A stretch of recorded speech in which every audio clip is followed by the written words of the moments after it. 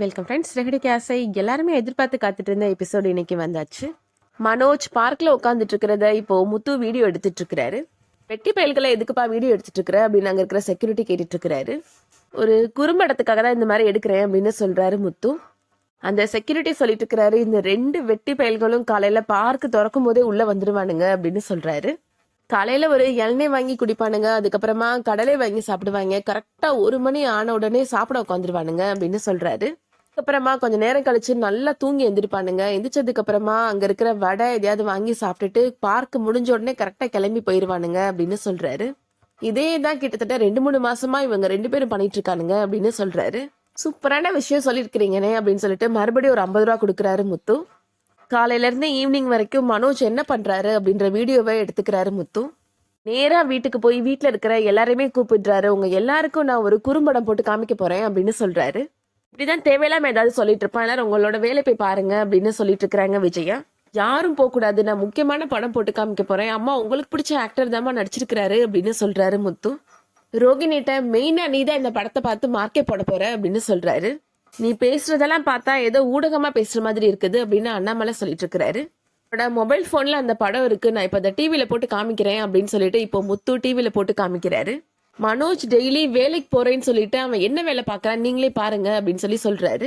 இதுல பார்த்தா மனோஜ் காலையில இருந்து சாயங்காலம் வரைக்கும் என்ன பண்ணினாரு பார்க்கல அப்படின்ற வீடியோ இருக்கு. பாத்தியாப்பா சின்ன பிள்ளை மாதிரி அவன் எப்படி விளையாண்டுட்டு இருக்கிறான்னு அப்படின்னு சொல்றாரு முத்து. இவன் வேலைக்கு போகலையா அப்படின்னு அண்ணாமலையுமே ரொம்ப அதிர்ச்சி ஆயிடுறாரு. சம்பள பணம் எப்படி வந்துச்சு அப்படின்னு கேக்குறாரு. இதுக்கும் ஏதாவது போய் சொல்லியிருந்திருப்பான்ப்பா அப்படின்னு சொல்றாரு முத்து. ரோகிணிட்ட என்னம்மா மனோஜ் இப்படி பண்ணிருக்கிறான் அப்படின்னு கேக்குறாரு அண்ணாமலை. சில நேரம் அவர் கிளைண்ட்டை பார்க்ல வச்சு மீட் பண்ணுவேன்னு சொல்லுவாரு அப்படின்னு சொல்லி சமாளிக்கிறாங்க ரோகிணி. அவன் நல்லா படுத்து தூங்கிட்டு இருக்கிறான், இதுதான் கிளைண்ட்டை பாக்குற லட்சணமா அப்படின்னு கேட்டுட்டு இருக்கிறாரு முத்து. அதுக்கும் நான் ஒரு ஆதாரம் வச்சிருக்கிறேன் அப்படின்னு சொல்லிட்டு அந்த செக்யூரிட்டி பேசினதை போட்டு காமிக்கிறாரு.